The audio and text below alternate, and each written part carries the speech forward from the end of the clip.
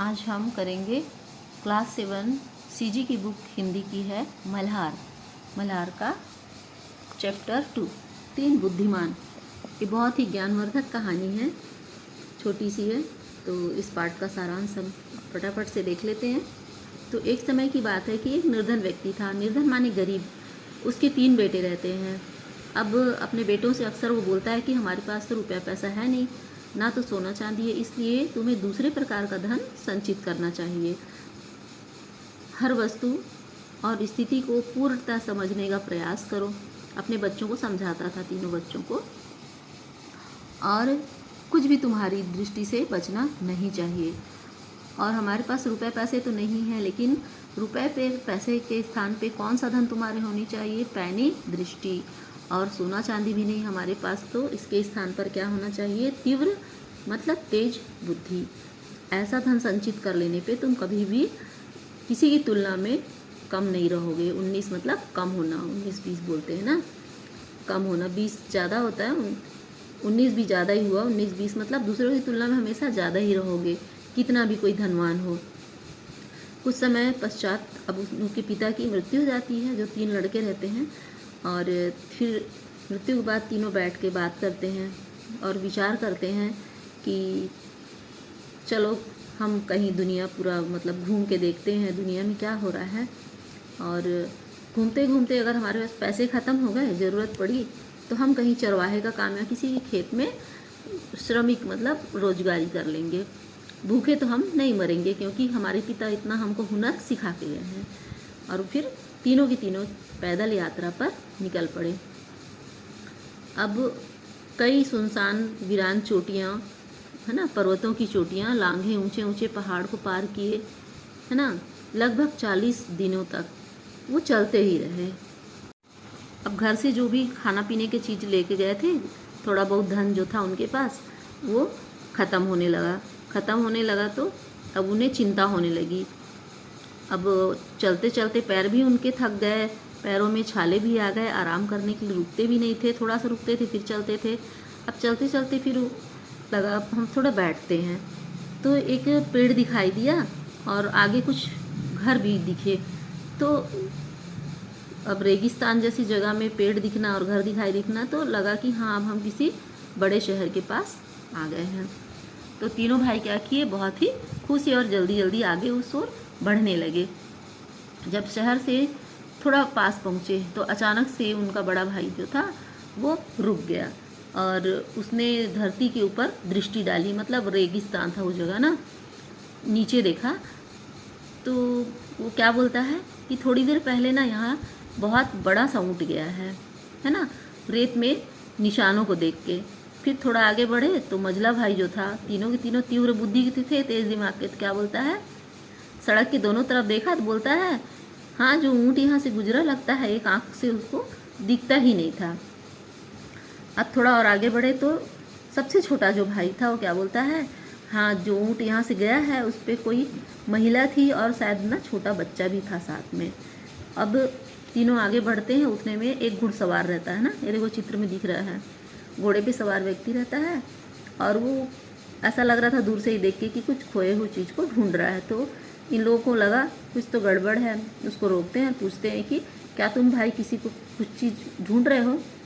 तो बोलता हाँ, ढूंढ तो रहा हूँ। तो इन लोग बोलते हैं क्या तुम्हारा ऊँट खो गया है ना बड़ा भाई? तो बोलता हाँ। बहुत बड़ा सा? तो बोलता हाँ। तो फिर दूसरा बोलता है एक आँख से देख नहीं पाता? तो बोलता हाँ। और फिर तीसरा भाई छोटा वाला बोलता है कि हाँ, उसके साथ एक महिला और एक बच्चा भी था? तो हाँ। अब घुड़सवार जब तीनों की बात सुनता है कि इन लोगों को कैसे पता इतनी सारी बात, तो थोड़ा शक की दृष्टि से देखता है और फिर बोलता है कि मेरा घोड़ा तुम ही लोग चोरी किए और जल्दी से बताओ कि मेरा ऊँट कहाँ है। घोड़ा नहीं, ऊँट, है ना, मेरा ऊँट कहाँ है? तो फिर बहुत जिद करता है और एक तलवार निकालता है और उनको क्या करता है, राजा के पास उसके बलबूते पे लेके जाता है। तो अब वहाँ पे राजा के सामने पेश किया जाता है। तो इन लोग सफाई देते हैं कि हम अपनी आँखों और बुद्धि की दृष्टि से हम हर चीज़ बता सकते हैं, है ना। लेकिन वो मानने को तैयार नहीं था। फिर राजा के सामने पेश किया जाता। राजा फिर थोड़ी देर सोचता समझता है और बोलता है कि मैं कैसे विश्वास कर लूँ, तो तुमको परीक्षा देनी पड़ेगी, है ना। और उसके बाद राजा जो अपना उनका मंत्री रहता है ना, उसके कान में धीरे से कुछ बोलता है और उसको भेजता है और बोलता है कि ठीक है, वो चोरों को अंदर लेके आओ। चोर, तीनों भाइयों को चोर बोलते हैं।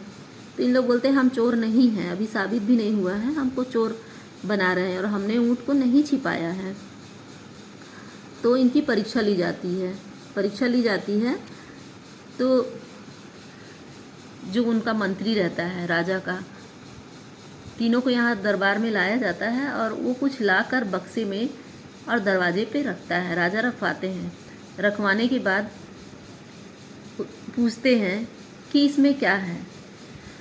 तो है ना, सबसे पहले बड़ा भाई बोलता है कि इसमें कुछ गोल सी चीज़ रखी हुई है। फिर उसके बाद दूसरा भाई बोलता है कि हाँ, वो गोल सी चीज़ क्या है, अनार है। अब सबसे छोटा भाई रहता है, वो क्या बोलता है, अनार तो है लेकिन वो भी कच्चा, है ना। बड़े भाई ने कहा कुछ गोल सी चीज़ है, मझले ने कहा अनार है और तीसरे छोटे ने कहा वो कच्चा है। अब राजा के आश्चर्य का ठिकाना नहीं रहा कि ये तो बहुत ही मतलब साफ़ सुथरा और सही जवाब दे रहे हैं, है ना। तो सबके सब आश्चर्यचकित हो गए और फिर समझ में आ गया कि ये तीनों चोर नहीं हैं। और राजा इन लोगों को बहुत स्वागत सत्कार किया, अच्छा खाना खिलाया और तीनों की बहुत ही खातिरदारी की। लेकिन कहा कि तुम तीनों बहुत निर्दोष और जानना चाहते हो तो जा सकते हो, किंतु जाने से पहले मेरे को पूरी बात को विस्तार से बताओ कि आखिर तुम लोगों को पता कैसे चला कि ऊँट कैसा था और इस बक्से में क्या है। तो अब इन लोग बताना शुरू करते हैं, ऊँट के बारे में पहले बताते हैं। तो बोलते हैं कि धूल पर, है ना, जो धूल रहती है पैरों के चिन्ह से पता चलता है कि वहाँ बहुत बड़ा ऊँट गया था, क्योंकि बड़े बड़े उसके जो खुर होते हैं उसके निशान थे, है ना। तो उसके बाद ठीक, अच्छा तो ये बताओ कि एक कैसे पता चला कि जो ऊँट यहाँ से गुजरा एक आँख से वो देख नहीं पाता था। तो दूसरा भाई बोलता है क्योंकि जिस जगह से ऊँट गुजरा था उसके दोनों तरफ क्या थी, घास थी, और एक तरफ की घास चरी हुई थी और दूसरे तरफ की घास क्या थी, जैसी कि तैसी, इसलिए मुझे पता चला कि उसको एक तरफ से नहीं दिख रहा था। तो बोला ये भी ठीक है, लेकिन ये कैसे पता चला कि एक महिला और बच्चे भी थे, उसके बच्चा था उसके साथ। तो बोले कि मैंने एक स्थान पर देखा कि ऊँट ने घुटने टेक कर बैठने के जो निशान होता है ना ऊँट के बैठने का, वो था, और साथ ही वहाँ पे एक औरत की जूती होती है उसका और एक छोटे बच्चे की जो जूता या चप्पल पहना होगा उसका निशान। तो समझ में आ गया कि एक महिला और एक बच्चा था। तो राजा बहुत खुश होता है। फिर बोलता है अच्छा ठीक है, ऊँट की बात तो समझ में आ गई, अब ये बताओ कि तुमको ये कैसे पता चला कि पेटी में अनार है और अनार कच्चा है। तो फिर आगे इन लोगों ने बताना शुरू किया। अब बताते हैं कि जिस तरह दोनों व्यक्ति उस बक्से को उठाकर लाए तो देख के ही समझ में आ गया कि वह भारी नहीं था और वह एक तरह से लुढ़क रही थी, लुढ़कने की आवाज़ आई, है ना। तो समझ में आ गया कि इसमें कोई गोल सी वस्तु है। फिर मझला भाई बोला कि पेटी कहाँ से लाई गई थी, सामने बगीचे की ओर से लाई गई थी। तो समझ में आ जाता है कि अवश्य ही इसमें क्या होगा, अनार होगा। पहले तो बता दिया वो हल्की थी और गोल, तो फिर इसने दिमाग लगाया कि जहाँ बगीचा है वहाँ पे अनार के बहुत पेड़ और गोल चीज़ अनार ही होगी। फिर ठीक है बोला, तो ये कैसे पता चला कि वो कच्चा ही है। तो तीसरा छोटा भाई बोलता है कि हमने आते हुए देखा बागान में सारे अनार खिड़की से भी दिख रहे थे, वहाँ से जहाँ से बैठे थे, और सारे के सारे कच्चे हैं। तो खुली हुई खिड़की की ओर राजा देखते हैं तो उनको फिर अंदाज़ा लग जाता है कि हाँ सही में पूरे अनार क्या थे, कच्चे थे। तो राजा जो रहते हैं तीनों भाइयों की असाधारण पैनी दृष्टि और तीक्ष्ण बुद्धि से चकित रह जाते हैं और बोलते हैं कि तुम तो धन संपत्ति और सांसारिक वस्तुओं से धनवान नहीं हो, लेकिन तुम्हारे पास बुद्धि बहुत ही बड़ा धन है। प्रशंसा करते हैं और अपने ही दरबार में रख लेते हैं। तो बच्चों, ये ज्ञानवर्धक कहानी थी कि बुद्धि से बड़ा कोई चीज़ नहीं होता है। एक कहावत है कि बुद्धि बड़ी या भैंस बड़ा, ये कहावत है। तो सोना चांदी रुपया पैसा धन नहीं होता है। जिसके पास तीव्र बुद्धि होती है वो कभी भूखा नहीं रह सकता है और बड़ी से बड़ी परीक्षा वो पास कर सकता है। तो ये पाठ हमारा समाप्त हुआ। अगली वीडियो में इसके प्रश्न उत्तर होंगे।